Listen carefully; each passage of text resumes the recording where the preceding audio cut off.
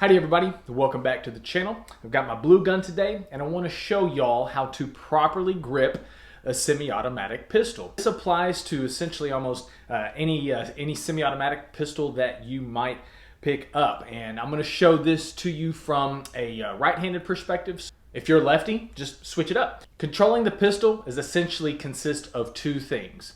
Contact, so how much of my hand can I get on the gun? It's one of the reasons why larger guns are easier to shoot than smaller guns. Yes, there's more mass there to help absorb that felt recoil, but larger guns give you more real estate to put your hands on there, which is why they're easier to shoot. So the amount of contact, the amount of space on the gun that I can put my hands on is number one. Number two, leverage. Where do I put my hands on the gun to help control the recoil? So let's put contact and leverage together, show you guys how to grip a pistol. So first things first, the slide reciprocates front to back. This is where all the force is coming from. So just think about it this way.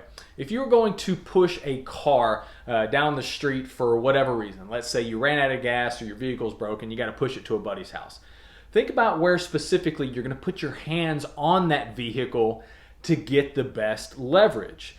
If you say the rear of the vehicle, you're pretty dang close. It is the bumper of the car. Why is that the case? Because the bumper is the center line.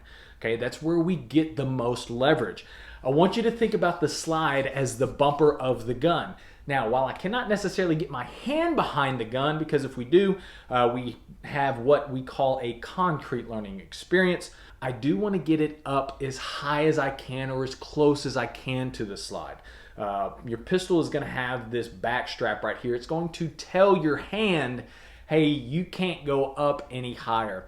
A lot of times too, you don't want to necessarily see a gap right there. It's one of the most common issues I see with most shooters. They don't grip high enough on the gun. So guys, we want to get as close to that center line, as close to that bumper as we can. Get your hand as high up on the back of the gun as we can. Take that web, get it all the way back up there. What I'm going to do, I'm going to take my 3 fingers and I'm going to wrap them around the front of the pistol. My trigger finger is going to be high and outside of the trigger guard. If you have the dexterity, if you have the flexibility in your fingers to touch the ejection port, that is a good spot for it. So high up on the back of the gun, wrap your 3 fingers around, keep your finger high and outside of the trigger until you have made the decision to shoot. Let's switch it around to the other side. There is this space right here. That is going to be where we put our support hand. One of the things I want you to look at is the placement of my thumb. A lot of people think that your thumb helps you grip the pistol better or grip something better, and that's incorrect. It's actually your pinky. Your pinky is the most important finger in your grip. For those of you who have done weightlifting, there's a thing called the suicide grip. So instead of wrapping your finger underneath the bar, we actually set it on top. So a lot of times when I'm doing pull-ups or bench press, I use a suicide grip. Why? Because that's just as strong. Same thing too in jiu-jitsu, we talk about the C-clamp grip. So if I'm trying to prevent somebody's crossface or if I'm trying to get control of their arm, a lot of times I'll have that C grip on them because that is just as strong as if my thumb is underneath. So guys, don't worry about your thumb. Get them out of the way because it's going to allow us more space to put our other hand. So this space right here, we're going to take the chicken wing, we're going to take this meaty part of our hand, and we're going to put as much of that on the pistol right here. So we are essentially going to fill that void with the meaty part of our hand. These 4 fingers wrap around the gun and lock it down. Once again, notice the thumb on my support hand. Get them out of the way. I don't care what you do with your thumbs, just get them out of the way. So I want y'all to think about it this way. For right-handed shooters, your left hand is what controls the gun. Your right hand is what operates the gun. Shout out to Alan Shabaro for that little bit of information right there. Thank you, Professor. And one of the reasons why I say that, and it helps get the point across, most of the time new shooters shoot low and left. One of the reasons why they're shooting left is because the gun is taking the path of least resistance.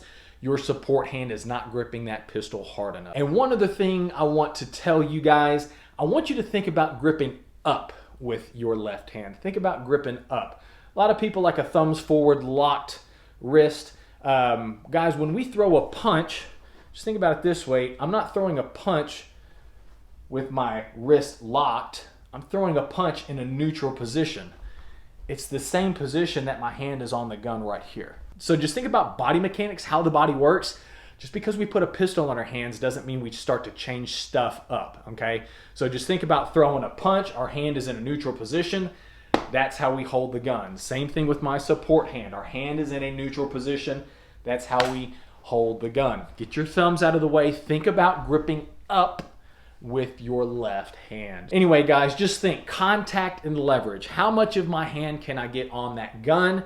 Where do I put my hands? Trying to get them as close to that center line of that bumper as we can helps us control it. Firm grip with your left hand. Remember, our support hand controls the gun. Our right hand operates the gun.